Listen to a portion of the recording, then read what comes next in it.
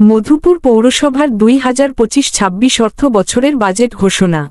টাঙ্গাইলের মধুপুর থেকে আব্দুল হামিদের পাঠানো তথ্য ও ভিডিওচিত্রে দেখুন বিস্তারিত।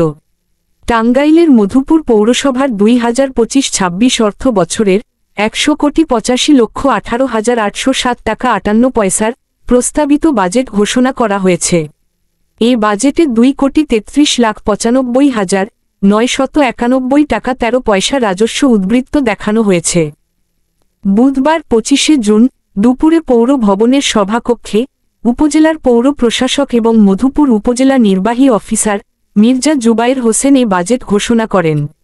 এই সময় উপস্থিত ছিলেন 7 ও 8 নং ওয়ার্ডের দায়িত্বপ্রাপ্ত পৌরসভার কাউন্সিলর মোস্তফা হোসাইন, 5 ও 6 নং ওয়ার্ডের দায়িত্বপ্রাপ্ত কাউন্সিলর ডাক্তার সাইদুর রহমান, 3 নং ওয়ার্ডের কাউন্সিলর রফিকুল ইসলাম ভুইয়া, 4 নং ওয়ার্ডের কাউন্সিলর শফিকুল ইসলাম খান, 1 ও 2 নং ওয়ার্ডের কাউন্সিলর মোহাম্মদ ইসমাইল হোসেন, প্রশাসনিক কর্মকর্তা আনোয়ারুল কায়সার, প্রধান সহকারী মোহাম্মদ শাহিন মিয়া, হিসাব রক্ষক মিজানুর রহমান সহ পৌরসভার কর্মকর্তা কর্মচারী, বিভিন্ন শ্রেণীপেশার প্রতিনিধি, বিভিন্ন ইলেকট্রনিক্স ও প্রিন্ট মিডিয়ার সাংবাদিকগণ উপস্থিত ছিলেন।